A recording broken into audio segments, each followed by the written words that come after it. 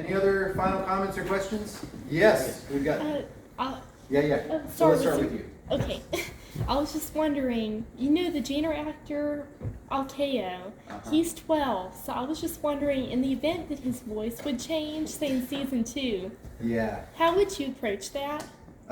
We're just gonna like give him. There's these drugs you can take. I was gonna say. I think this is very interesting. You do have to think about that, obviously. Yeah. But Ned, who is the casting director, he does this for a living, and like casts all these movies. So he's used to working with child actors, and one of the tricks he has is he makes sure that he listens to the voice of the kid's dad, because if Alkaio's dad had a really deep voice, he'd be like, the clock is ticking. He's probably going to have a similar voice. Yeah. But if the man's voice is thin and reedy and nasally like mine, then it's not a problem. But that's one of the considerations. It is, yeah. I mean, sometimes you have to recast. So Finding Nemo, when they went to Finding Dory, they had to recast, and he didn't ever sound the same. So you hope to get close. Yeah, we'll get close. But I have a good feeling about Alkaio. I think he's in there. And the other side of it is that even though Janner, he ages 1 year in the course of the Wing Feather Saga, his soul ages 10 years. Yeah. Right? So I don't think it's a huge deal if he sounds a little more. A little smoker's voice. Yeah, a little. So the coal mine was rough. Yeah. And then you had a question too? Two comments actually. One, two things that were pretty powerful for me were toward the end. One was when Oscar stopped the kids from trying to run in and said, "There's a time to fight, but knowing the time is, important. This is not the time." And also Podo's response to seeing his daughter being carried off. One could think, well, I would be in a better situation to try to intervene at a time where I would be outnumbered, but at that point you have to make a choice. And he just launched himself into whatever the circumstances, the consequences would be.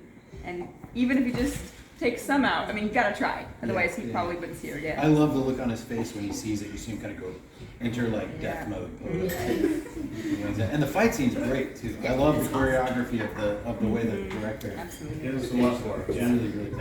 All right, last question. You get it. Well, I have a comment and a question. Oh boy. The comment is I really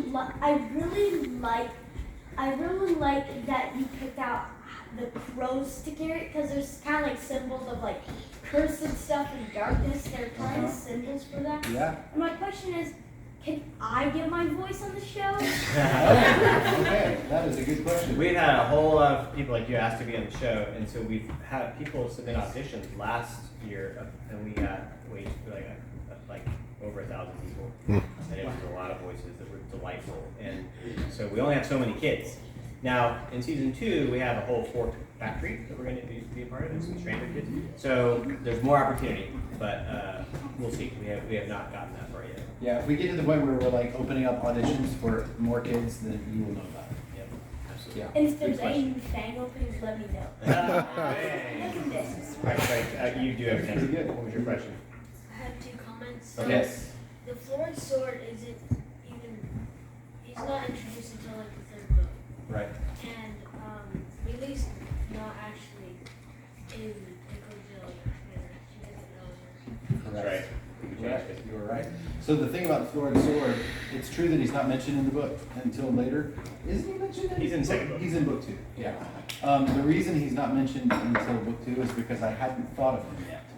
But that doesn't mean that he wasn't doing things while book 1 was happening. Does that make sense? So if you think about the story as a real story that happened in a real place, right? And everybody's doing their different things along a very fixed timeline, right? From beginning to end. And there's parallels of, Florid Sword was alive and doing stuff. He just wasn't talked about. In Andrew's version, so we think about Andrew's book version as he was showing you parts of it, though that story was moving forward. And we get to show different parts. Some we are intentionally changing completely, but other times we're saying, well, at this same time, Florid Sword was doing something. So let's go see what he was up to, And Stonekeeper was doing something, even though she's not a big part of our story yet until later, but we're going to go ahead and start. So that's kind of the thinking there. And then we did change some things with the kids, mostly to include Leeli in the group more. We wanted her to be part of that and helping them make decisions, and so we did change that. Yeah. And that's, if you look at like where Leeli begins in book 4, and you know she's awesome. We wanted to kind of strengthen some of that early on to kind of show where we could get to.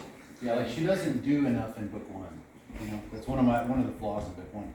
And part of it was just like I was figuring out who she was as a character. I had a picture in my mind of Leeli at the end of the series, and I was like, I cannot wait to get there, but it's gonna take a minute. And book 1 is Janner's story, so there's some things about the first book where I wasn't able to really focus on Leeli as much as I would have liked. So it's really fun to get to include her in this version. And in adaptation, we simply go faster. So in a book, you can take that time and you believe that character becoming and growing into, because it's longer. And for us, it's one episode to another, suddenly they can do something. So like episode 1, we have Tank shooting a bow and arrow. Well, that wasn't described in the book at all. And it's because he's going to end up picking up a bow and be pretty good with it. And we didn't want that to be out of air. That feels like we made it up. If you're only watching our TV series, you're like, well, where did you learn to do that, right? So we wanted to plant some things that you would believe then later when he starts being more capable. That was a part of the journey. So same with Leeli. In the book, there's a lovely long narrative. For us, that's like from one episode to another, suddenly she's a lot more capable. We have to be careful that doesn't feel like a leap, you know, or suddenly she has superpowers. We want to kind of build it in. So because we go faster, we had to kind of move some of that up. Yeah. In certain comments that the canon is closed and that you don't want to add to the story. Have you rethought your thought?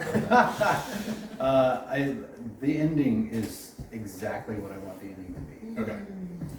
I mean, now, there was an Old Testament and a New Testament. And God revealed more of the picture. I will tell you, our writing team, we are like so happy to have that fixed ending.